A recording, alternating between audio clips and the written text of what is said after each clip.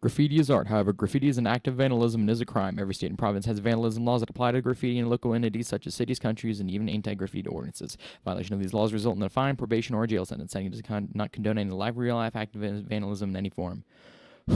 Almost got that right. Hello and welcome to Jet Set Radio Future for the Xbox 360, a Microsoft exclusive. So, basically, if you ever played a Jet Set Radio game before, they're essentially the same in every one of them, except for in this game, it's more driven on a story influence rather than I guess you would say, game mechanics influence. So, I'm going to go ahead and explain some of these characters. This is Korn. He's the leader of the GGs.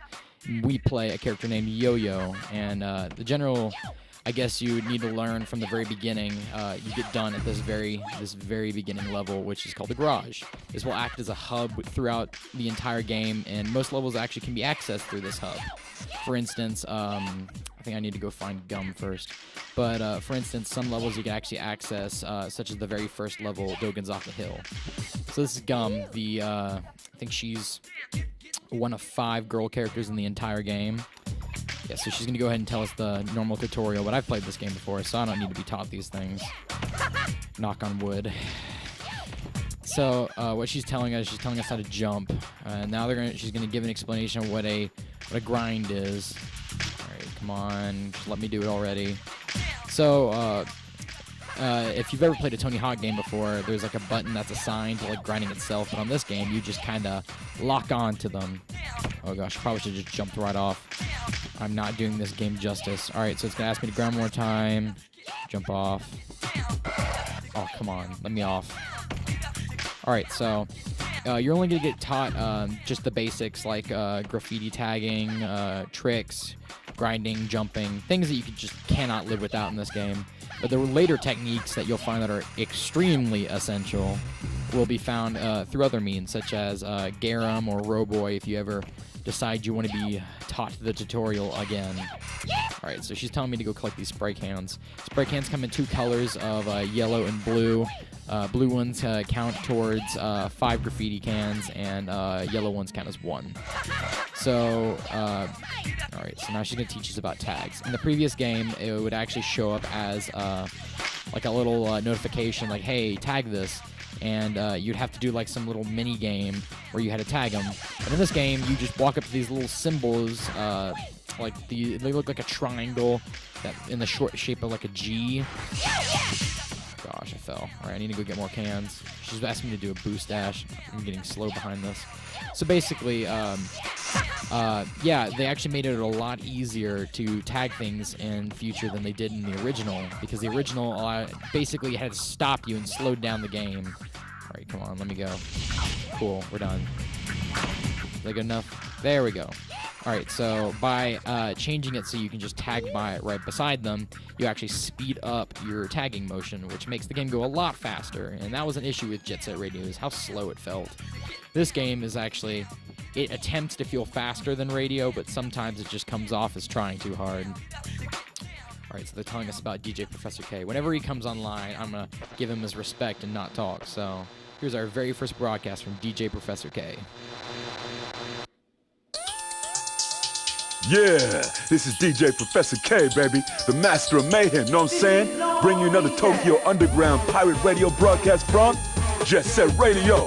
I'm gonna bust into your head through your cute little ears and blow your mind with my sexy voice and out-of-sight sounds. Those of you prone to nosebleeds should keep those tissues handy, suckers. Tokyo is being oppressed by the Rokkaku Group, a mega enterprise headed by Rokkaku Goji. Rokkaku is using his money and influence to mess with everything, industry, society, and even our culture. And he's even got his eyes set on City Hall. Lately, Rokkaku's been shaking down the government, passing that Rokkaku law crap, even buying off the police department. This law ain't nothing but garbage. It's just some selfish little punk's way of trying to show he's a big man. Rokkaku and his gang are trying to stomp out our culture left and right. They don't give a rip about our rights. All they care about is profit. And some spineless fools have already become flunkies in their diabolical scheme. You better believe they're listening in on this broadcast. But even in all this heat, there's a group of young kids who've been tearing up the streets. I'm talking about the Rudies. These kids have set out to bury Tokyo in graffiti, and now they're all wrapped up in their own little territorial tug-of-war. The hottest team at the moment is the GGs. There's Yo-Yo, a guy who'll blow your mind with silver tongue, and Gum, a real cool lady who leads a trail of broken hearts wherever she goes. And let's not forget their leader, a self-styled genius that goes by the name of Corn. These three ain't your garden variety street punk. Know what I'm saying? Lately, Tokyo's been on one bad trip. The attack on the record store on Chuo Street, prowlers in Dogenzaka Hill, lowlife spreading vicious rumors, the mysterious blackout on 99th Street. And who should be following them around but the Rikaku Group's watchdog, the Rikaku Police. With the Rikaku Expo just around the corner, the crackdowns are only getting tighter. My heart ain't pounded like this since my first date. I was so nervous, know what I'm saying? I forgot to wear my underwear, baby. This ain't the time to be sitting around sipping afternoon tea. Game's gonna start soon, and y'all gonna be the one making the plays.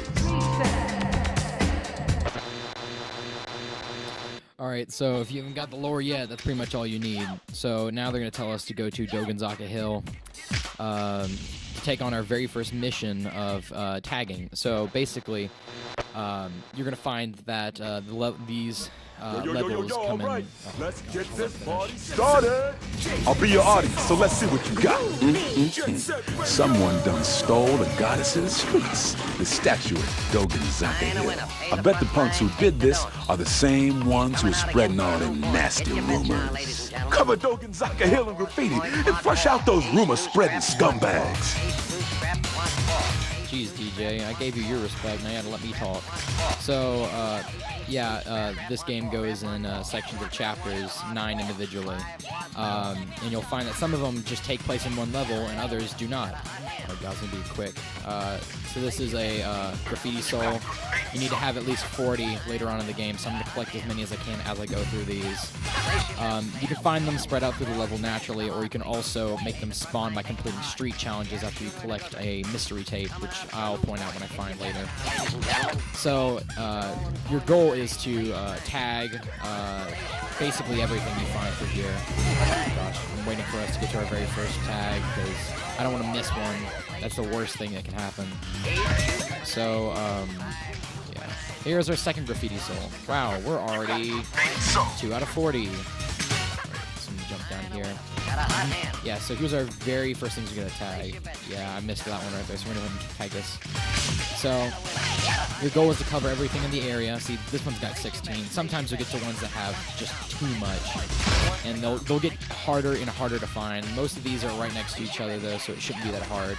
And Dogenzaka Hill is a linear level, so you're not going to have to go back and collect anything to miss anything. Gosh, it's so wasteful. Well, we're almost halfway there. We're one up till halfway. And we'll be on our merry way. Alright. Oh no, here comes an extra large one. I'm going to be careful with this. There we go. Alright, 4 more.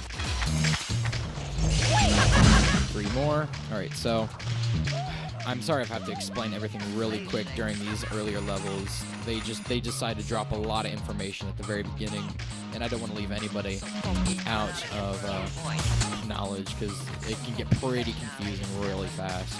Alright, so yeah, if you ever run out of cans, you can always just go check in. You can just check in hidden areas, and there's bound to be something for you if you haven't noticed. Alright, there's a tag right there I need to go ahead and collect. Oh, come on. Yeah, that was a little too quick. Try to cover this. There we go. 2 more. Oh, there's a graffiti soul up there.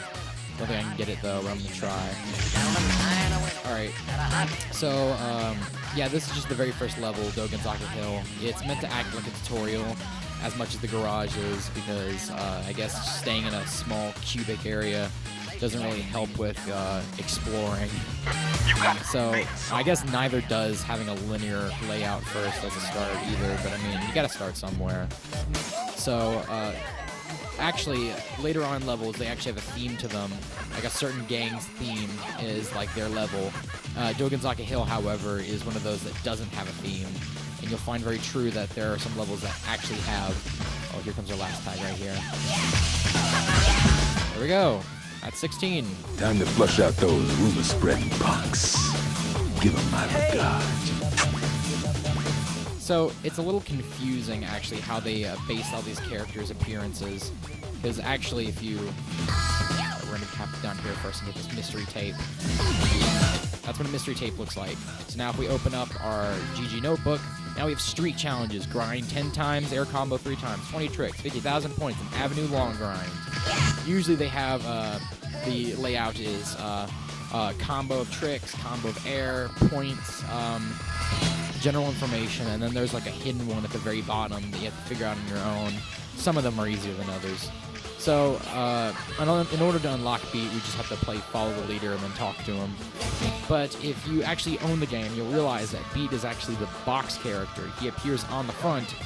However, he's not the first character you can play as. It is actually Yo-Yo is the very first character you play as, which is different in Jet Set Radio because Beat is the first character, and Yo-Yo doesn't come till the very end. Okay, let's just go ahead and get this over with. I feel that might have been like a mistake. They probably should have swapped them, but you never know. So yeah, he's going to go ahead and run off, and that's supposed to be like, oh no, we didn't find him. So we just follow exactly where we went, and it'll take us straight there. So there's really nothing difficult about this section. Gosh, they call this the sewer. They don't even know. But eventually, at the very end of this, he's going to challenge us to a race, and it's always been like a little challenge of mine to see if I can beat my time through this, if I can remember. Oh gosh, I don't want to talk to him yet. Oh, yeah, there we go. Yeah, so these are save points. You go over and tag these, and it'll appear as a save. And there we can access our save or our characters. Oh gosh, I just wasted a bunch of cans. Alright, so he's gonna challenge us to a race. Oh. Hey! No button mashing allowed. Alright, so apparently this is our turf. So we have to keep it as ours. Alright, he's gonna go really slow for us, so I'm just gonna take the route that's gonna let this get over the quickest. So I'm gonna use actually the boost technique that we just learned from Gum at the very beginning a lot during this, because it remains useful anytime you have to be quick at all. There are some times in this game where the time constraints are absurd, but I mean, let's see if I can get the grind combo. Oh, dang it, I didn't get it. I guess you can't do it during challenges. Alright, that's a shortcut right there through the building. Alright, I'm going to keep my cans up so I don't have to worry about picking up any more. Alright, I've reached my 30 maximum. I'm going to take this shortcut down here. So most characters can only hold 30 cans, but there are some exceptions depending on their stats, which I'll explain as I lock characters, each of their individual stats. For instance, Beat and Yo-Yo are both all-around characters that specialize in 2 different things. Gum's the girl character, so she's obviously going to have better technique, less health. And Corn being an exact clone of Beat for some reason. But, yeah, so most characters can only hold 30, but you'll find some exceptions later on in the game as I point them out. That can actually hold 25, 20, or even 35, which is the maximum, which I think is a very nice touch, letting you choose between what exactly stats you prefer. Right, we're getting to the very end of this. Oh, no, not here. Anything but here. All right, cool. Race over. Impromptu dance session. Alright, so basically he's going to tell us he's going to run to the garage, and Beat has joined us. Cool. HQ to all squads. Youths on skates have been sighted in the vicinity of Doganzaka Hill. All squads investigate immediately. Hey!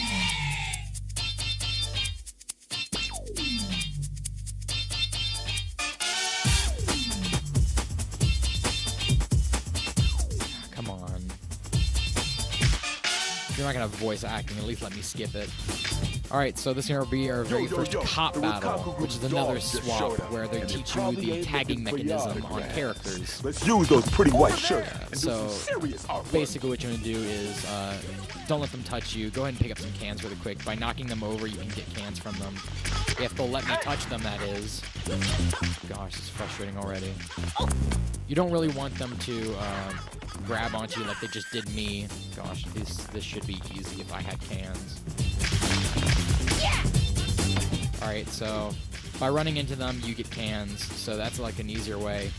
I think you can just escape the cop battle this way and go to the garage, but I want to go ahead and show off this really quick. Yeah, so by knocking them over, you get cans, and you can tag them. It's kind of the philosophy of the PD Piranha in Mario Sunshine, how he gives you the only ammunition that you use to defeat him, which is ironic. Alright, go ahead. Oh, come on. I have cans to spare. I'll go ahead and boost off you. Cool, that's 10. So you're free. Impromptu dance session. Oh, great. I love when that happens. You get hit by traffic. Shibuya Terminal has been covered in some kind of ugly, freaky-looking graffiti. All right, so there's technically 2 ways we can get to Shibuya Terminal.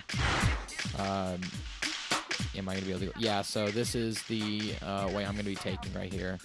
Is from garage, you can actually get to Shibuya Terminal. The other way is they want you to stay and go that way. The city's biggest non-stop dance party. That's funny. It's still playing the garage music. Cover up that freaky-looking graffiti.